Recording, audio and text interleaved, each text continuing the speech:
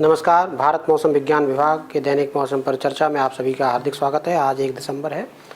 अगर हम पिछले 24 घंटे की बात करें तो कोहरा जो है, घना कोहरा सुबह के टाइम पे उत्तर पश्चिम भारत में पंजाब, हरियाणा, राजस्थान, उत्तरी राजस्थान, पश्चिमी मध्य प्रदेश, उत्तर प्रदेश में देखने को मिला।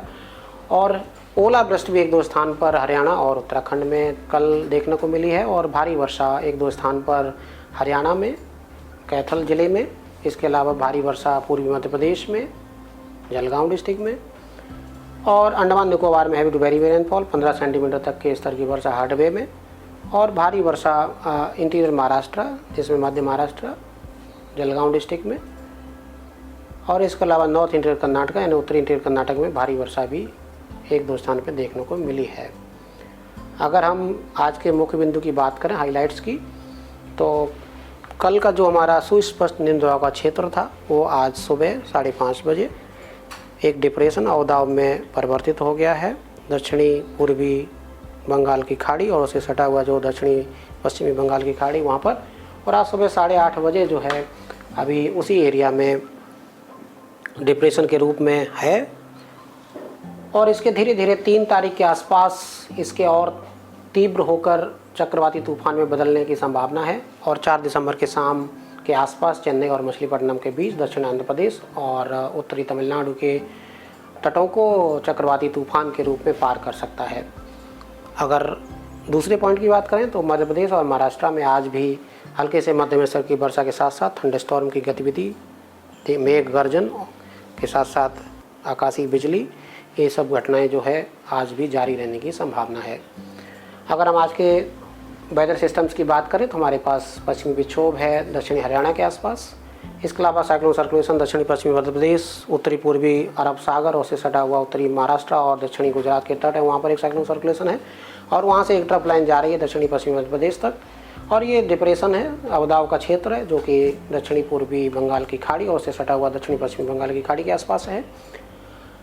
अगर हम आगे चलते हैं, अगर हम फिशरमैन की बात करें, वार्निंग्स की, चेतावनियों की, तो आप देखेंगे मछुआरों के लिए चेतावनी आज अगले 24 घंटे में दक्षिणी अंडमान सागर के लिए जारी की गई है। और मुख्य रूप से जो फिशरमैन वार्निंग है वो दक्षिणी पश्चिमी बंगाल की खाड़ी और इससे सटा हुआ जो वेस्ट सेंट्रल और साउथ ईस्ट बंगाल वहाँ के लिए है। उसके बाद धीरे धीरे ये वार्निंग जो है मुख्य रूप से दक्षिणी पश्चिमी बंगाल की खाड़ी के लिए कल से, और उसके अलावा उससे सटा हुआ जो west central bay of Bengal है, पश्चिम मध्य बंगाल की खाड़ी वहाँ पर, और इसके अलावा आंध्र प्रदेश के तट और तमिलनाडु के तट, उनके लिए फिशरमैन के लिए चेतावनी जारी की गई है।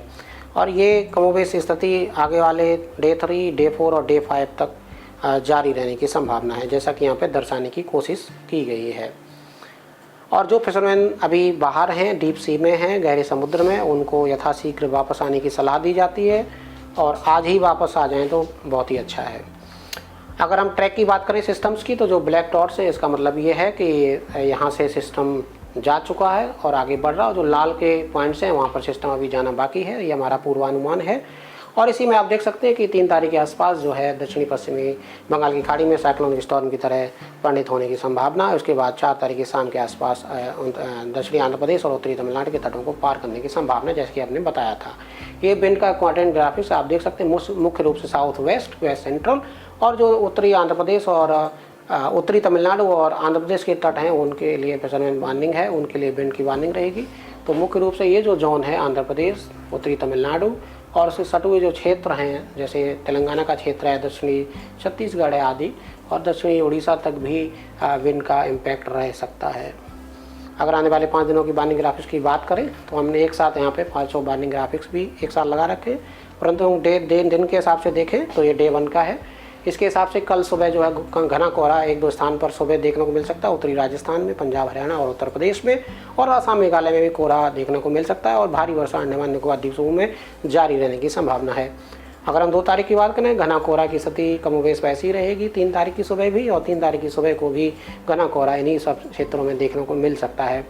भारी वर्षा की शुरुआत जो है उत्तरी कोस्टल, उत्तरी तटीय तमिलनाडु और पुडुचेरी में शुरुआत हो सकती है 2 तारीख से, और 2 तारीख को ही भारी वर्षा दक्षिणी तटीय आंध्र प्रदेश और रायलसीमा में होने की संभावना है। अगर हम 3 तारीख की बात करें तो 3 तारीख में वर्षा की एक्टिविटी आंध्र प्रदेश और तमिलनाडु में बढ़ने की संभावना है। इसलिए उत्तरी कोस्टल तमिलनाडु, जो उत्तरी तटीय तमिलनाडु, उसमें हैवी टू वेरी रेनफॉल के कुछ स्थानों पर हो सकती है और एक्सट्रीमली हैवी रेनफॉल भी इक्का दुक्का स्थान पर 3 तारीख को होने की संभावना है।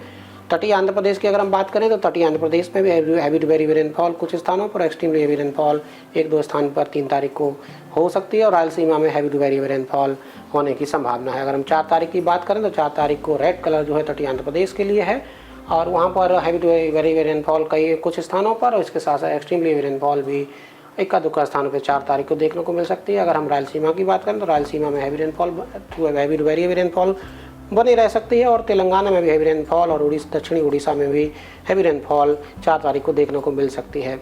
अगर हम तमिलनाडु की बात करें तो तमिलनाडु में हैवी टू वेरी रेनफॉल आपको तटीय तमिलनाडु में, उत्तरी तटीय तमिलनाडु में 4 तारीख को देखने को मिल सकती है। 5 तारीख को तमिलनाडु और रायलसीमा एक्टिविटी कम होने की संभावना है, परंतु तटीय आंध्र प्रदेश और उड़ीसा में ये एक्टिविटी बढ़ेगी। तटीय आंध्र प्रदेश में 4 तारीख को भी हैवी टू वेरी रेनफॉल, दक्षिणी तटीय आंध्र प्रदेश में कुछ स्थानों पर और 1-2 स्थान पर एक्सट्रीमली हेवी रेनफॉल देखने को मिल सकती है और उत्तरी तटीय आंध्र प्रदेश में 5 तारीख को हैवी टू वेरी रेनफॉल देखने को मिल सकती है। अगर उड़ीसा की बात करें तो उड़ीसा में हैवी टू वेरी रेनफॉल दक्षिणी उड़ीसा में खासतौर से देखने को मिल सकती है और तेलंगाना में भी और छत्तीसगढ़ में भी हैवी रेनफॉल देखने को मिल सकती है। अगर जिलेवार के हिसाब से देखें तो ये आंध्र प्रदेश के मैप्स हैं, जिसमें आप देख सकते हैं आज येलो कलर से जहाँ पर दर्शाया गया है डे 2 का मैप है ये 2 दिसंबर के लिए, तो वहाँ पर हैवी रेनफॉल हो सकती है। 3 तारीख को एक्टिविटी बढ़ते हुए दिख रही है, जहाँ पर हमने ऑरेंज कलर दिया वहाँ पर हैवी टू वेरी रेनफॉल है, येलो कलर है वहाँ पर हैवी रेनफॉल है और डे 3 में आप देख सकते हैं लाल कलर से दर्शाया गया वहाँ पर एक्सट्रीमली हैवी रेनफॉल, जो ऑरेंज कलर से उनमें हैवी टू वेरी रेनफॉल और जो येलो कलर से वहाँ पर हैवी रेनफॉल देखने को मिल सकती है। तो आप बोल सकते हैं तो ज़्यादातर ये जो क्षेत्र तटीय तमिलनाडु है उसमें भारी वर्षा 3 तारीख से स्टार्ट होकर के 5 तारीख तक बने रहने की संभावना है। 5 तारीख का मैप अगर देखें तो ये दक्षिणी तमिलनाडु खाली होता हुआ दिख रहा है, उत्तरी तमिलनाडु में वर्षा का जोन शिफ्ट होता हुआ दिख रहा है। अगर हम तमिलनाडु के लिए बात करें तो तमिलनाडु में आज भारी वर्षा तंजावुर और ये सब जो आसपास के डिस्ट्रिक्ट है रामनाथपुरम आदि में होने की संभावना है। कल की बात करें तो कल भी जो ये तटीय क्षेत्र हैं तटीय तमिलनाडु वहाँ पर करैकल, कोडालूर और तंजावुर आदि डिस्ट्रिक्ट्स में भारी वर्षा देखने को मिल सकती है। और हम डे 3 की बात करें तो डे 3 में ये जो तटीय क्षेत्र है और उसके आसपास के जो क्षेत्र हैं उनमें हैवी टू वेरी रेनफॉल देखने को मिल सकती है और डे 4 में भी ये जो उत्तरी तो तमिलनाडु जो डिस्ट्रिक्ट यहाँ पे दिखाए गए हैं ऑरेंज, रेड और येलो कलर से, वहाँ पर क्रमशः हैवी, वेरी हैवी और एक्सट्रीमली हैवी रेनफॉल होने की संभावना है। अगर हम उड़ीसा की बात करें तो डे 4 का मैप है ये।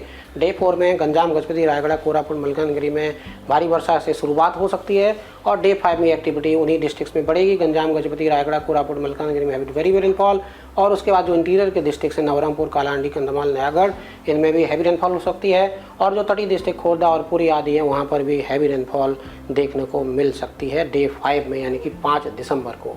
तो ये हमारे अभी तक की पूर्वानुमान है और हमसे जुड़े रहिए हमारे विभिन्न माध्यमों से। हमारी वेबसाइट है mosam.imd.gov.in, इसके अलावा RSMC न्यू दिल्ली की वेबसाइट है, इसके अलावा हमारे फेसबुक, एक्स, ये सब प्लेटफॉर्म्स हैं। आप उनसे हमसे लगातार जुड़े रहिए। हर कुछ समय में अभी हमारी हर 6 घंटे में साइक्लोन की बुलेटिन जा रही है। जैसे ही साइक्लोन बन जाएगा उसके बाद हमारे 3 घंटे में बुलेटिन जारी करेंगे, तो आप हमारी ताज़ा तरीन जानकारी वहाँ से भी आप दे सकते हैं। तो आज के लिए बस इतना ही, कल फिर आ जुड़ेंगे, तब तक के नमस्कार, जय हिंद, जय भारत।